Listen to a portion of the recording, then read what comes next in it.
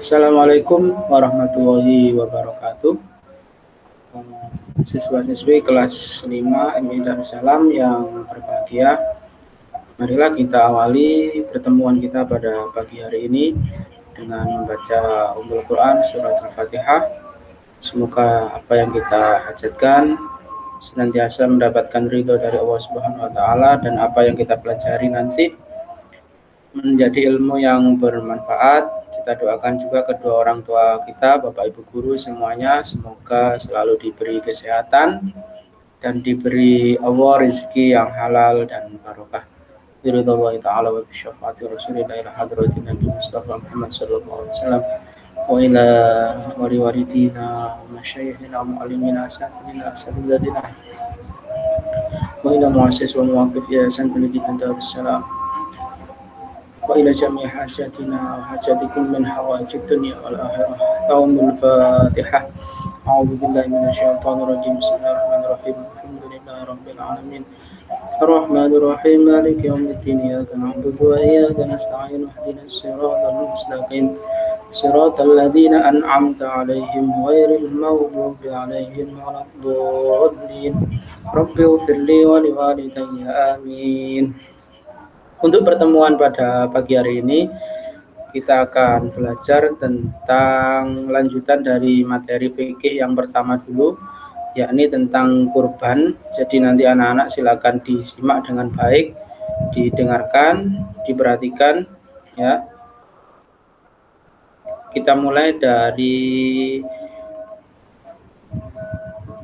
presentasi berikut ini.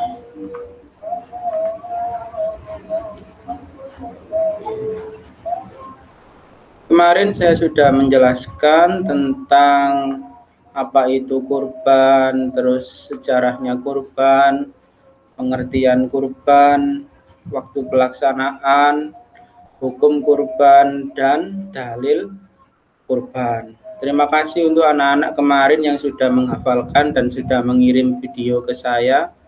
Berarti kalian sudah memperhatikan dan sudah berusaha untuk menghafalkan. Bagi yang belum, ya silakan dihafalkan. Boleh mengumpulkan sampai kapanpun, nanti akan saya tes lagi ketika masuk. Nanti kita coba hafalan lagi biar tidak lupa. Untuk kali ini, saya akan menjelaskan tentang syarat binatang yang boleh dijadikan untuk kurban. Syarat binatang, hewan ya, yang boleh dijadikan kurban. Yang pertama,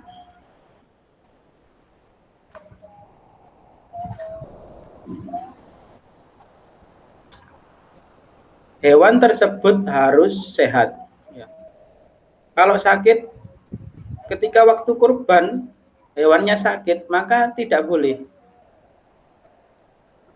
Berarti syaratnya yang pertama, hewan itu harus sehat. Yang kedua, hewannya diusahakan hewan itu gemuk ya.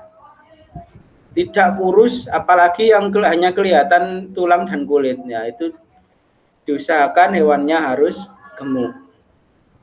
Yang ketiga, hewannya sudah harus berganti gigi. Giginya sudah ganti, atau kalau orang Jawa menyebutnya itu poel. Biasanya hewan tersebut usianya 2 tahun atau lebih, ya, tergantung hewannya. Biasanya yang tahu siapa ya, yang punya hewan, peternaknya, ya. Jadi nggak sembarangan hewan bisa dijadikan kurban, harus sudah berganti gigi. Tanya ke peternaknya kalau mau membeli hewan kurban itu sudah ganti gigi apa belum, nah, itu. Yang keempat, dari hasil yang baik. Hewan kurbannya dari hasil yang baik, bukan dari misalkan dari hasil mencuri ya, atau ngambil punyanya orang lain, itu bukan hasil yang baik namanya. Jadi kurbannya ini dari hasil yang baik, uangnya dari uang yang baik, dari kerja yang halal, kemudian dibelikan hewan kurban. Nah, itu tadi yang pertama, sehat, gemuk, berganti gigi. Berganti gigi tadi usianya minimal 2 tahun atau lebih, terus dari hasil yang baik. Selanjutnya, Syarat binatang kurban selanjutnya yang pertama yakni domba, ya hewannya berupa domba atau kalau orang Jawa menyebutnya wedhus gibas, ya ini contohnya. Itu usianya berumur 1 tahun minimal. Nah, kalau domba, ya ini seperti contohnya yang Nabi Ibrahim dan Nabi Ismail itu digantinya dengan domba. Contohnya dulu ketika Nabi Ibrahim dan Nabi Ismail dulu, ketika Nabi Ismail mau disembelih Nabi Ibrahim diganti dengan seekor domba. Itu minimal 1 tahun. Tapi tetap tadi syaratnya harus berganti gigi dulu. Berarti berganti giginya domba itu rata-rata umurnya 1 tahun. Selanjutnya,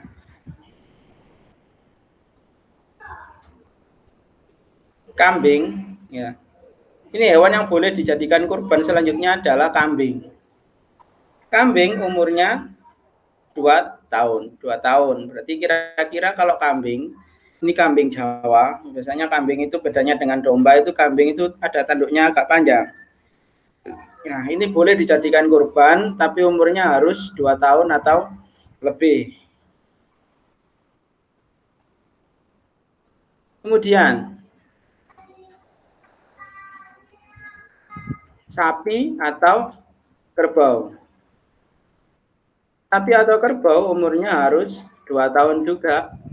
Nah, nih, sapinya gemuk, umurnya sudah 2 tahun, boleh dijadikan kurban. Selanjutnya, unta. Nah, ini jarang di Indonesia, kurban unta. Kalau di Arab banyak. Ya, unta itu usianya minimal 5 tahun atau lebih. Jadi paling sedikit 5 tahun. Nah, ini jarang di Indonesia. Kalau misalkan kalian mau kurban unta di Indonesia, yang ngambil unta di kebun binatang. Nah, itu sudah pelanggaran namanya. Jadi kalau di Indonesia unta ini jarang digunakan, tapi kalau di Arab ya ini paling banyak digunakan karena unta ini kan hewan yang hidupnya di padang pasir seperti di Arab. Selanjutnya, syarat binatang kurban yang selanjutnya, untuk unta dan sapi bisa digunakan kurban 7 orang. Misalkan satu keluarga jumlahnya 7 orang, kakek, nenek, ayah, ibu, 3 orang anak, 7 orang, itu kurban 1 ekor unta, boleh. Ya. 7 orang kurban 1 ekor sapi untuk 7 orang, itu boleh. Nah, tapi untuk sapi, untuk kambing dan domba itu hanya 1 orang. Nah, domba 1 untuk korbannya orang 1. Tidak boleh 1 domba atau 1 kambing untuk 2 orang. Nah, urunan 2 orang untuk beli kambing atau domba tidak boleh. Setelah syaratnya hewan yang dikurbankan, sekarang adalah syarat orang yang berkurban. Yang pertama, Islam.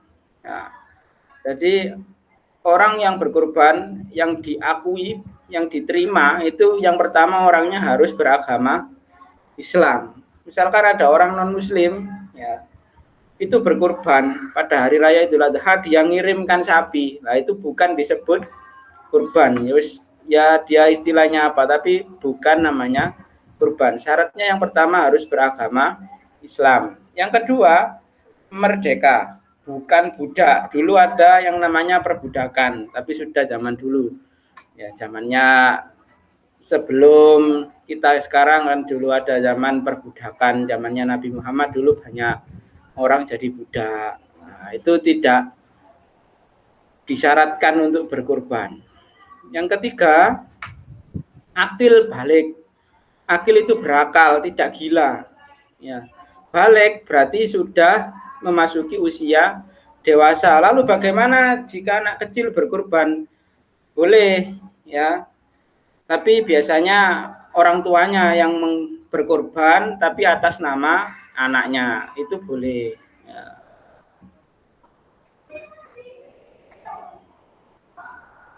tanpa hutang. Jadi kalau berkurban hewannya itu bukan hasil hutang. Beli hutang buat beli hewan kurban kemudian dibawa ke tempatnya untuk disembelih. Nah, itu tidak disyaratkan seperti itu. Jadi hewannya dibeli bukan dari hasil hutang.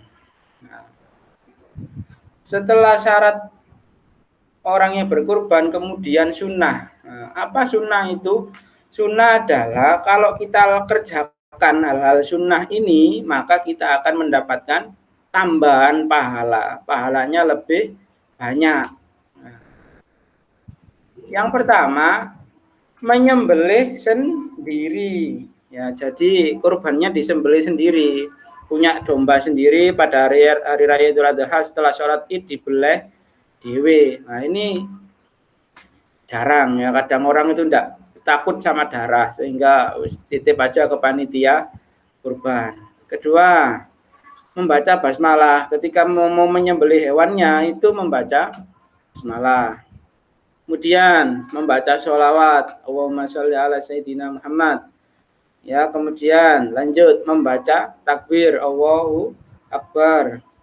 Selanjutnya menghadap kiblat. Jadi biasanya kalau hewan mau disembelih itu dihadapkan dulu ke kiblat. Kalau sapi besar biasanya banyak yang megangi itu ya, kakinya dijiret dulu terus dihadapkan kiblat baru disembelih, dibacakan takbir Allahu Akbar. Allahu Akbar itu ketika sama seperti takbirnya hari raya itu ya biasanya. Oke, selanjutnya segera dibagikan. Setelah disembelih enggak boleh didiamkan dulu sampai besok misalkan di dilebokno kulkas, enggak boleh. Nah, segera habis disembelih itu langsung dipotong, dimasukkan tempatnya wadah kresek biasanya, terus dibagikan kepada fakir miskin, atau kalau fakir miskinnya sudah dapat semua dibagikan ke tetangganya ya. Itu boleh, kecuali yang kurbannya terus disunahkan lagi itu. Nah, boleh yang berkurban itu makan daging yang dikorbankan itu. Misalkan seseorang ya kurban kemudian dia minta bagian kepalanya untuk dimakan, itu boleh, asalkan kurbannya tidak nadar. Apa kemarin nadar itu kurbannya janji. Ada orang janji, saya kalau dapat uang 10 juta saya akan kurban. Nah, ini nggak boleh ikut makan, tidak boleh ikut makan hewan kurbannya. Kalau tidak janji boleh ikut makan sampai sepertiganya. Misalkan kambingnya beratnya 10 kilo, ya boleh makanlah sampai 3 kilo dagingnya. Tapi tidak mungkin, biasanya orang makan daging itu paling ya setengah kilo sudah cukup. Oke, selanjutnya membaca doa. Ini siapa yang membaca? Orang yang menyembelih kurban boleh, atau kalian ketika melihat ada kurban yang disembelih, nah, membaca ini Bismillahi Allahumma taqabbal min Muhammadin wa ali Muhammadin wa min ummati Muhammadin. Atau boleh dibaca begini, Bismillahi Allahumma taqabbal min Muhammad wa ali Muhammad wa min ummati Muhammad. Lagi, Bismillahi Allahumma taqabbal min Muhammad wa ali Muhammad wa min ummati Muhammad. Dengan menyebut nama Allah, ya Allah, terimalah kurban ini dari Muhammad, keluarga Muhammad dan umat Muhammad. Ya. Kita ulangi. Doa kurban. Bismillahi Allahumma taqabbal min Muhammadin wa ali Muhammadin wa min ummati Muhammadin. Dengan menyebut nama Allah, ya Allah, terimalah kurban ini dari Muhammad, keluarga Muhammad dan umat Muhammad. Oke. Selanjutnya, terakhir.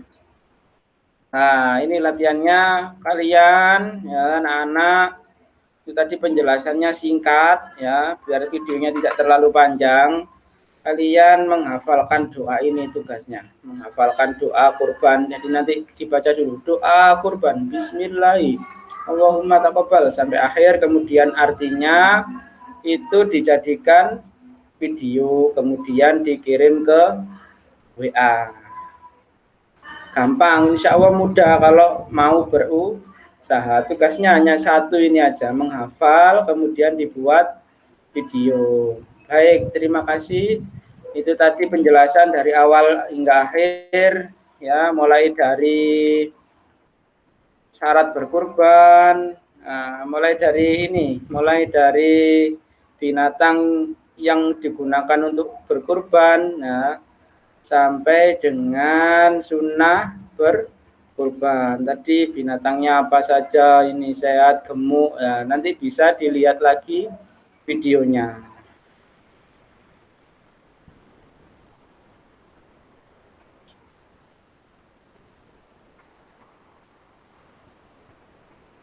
Oke, sudah anak-anak, kita tutup.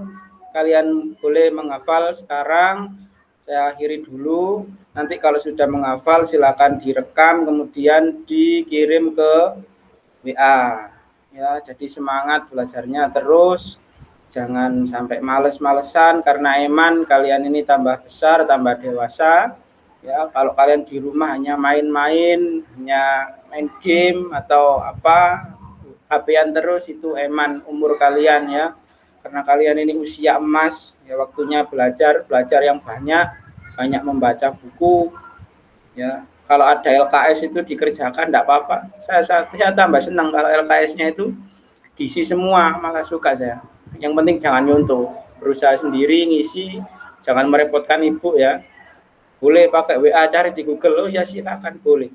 Ya, marilah kita akhiri dengan bacaan hamdalah.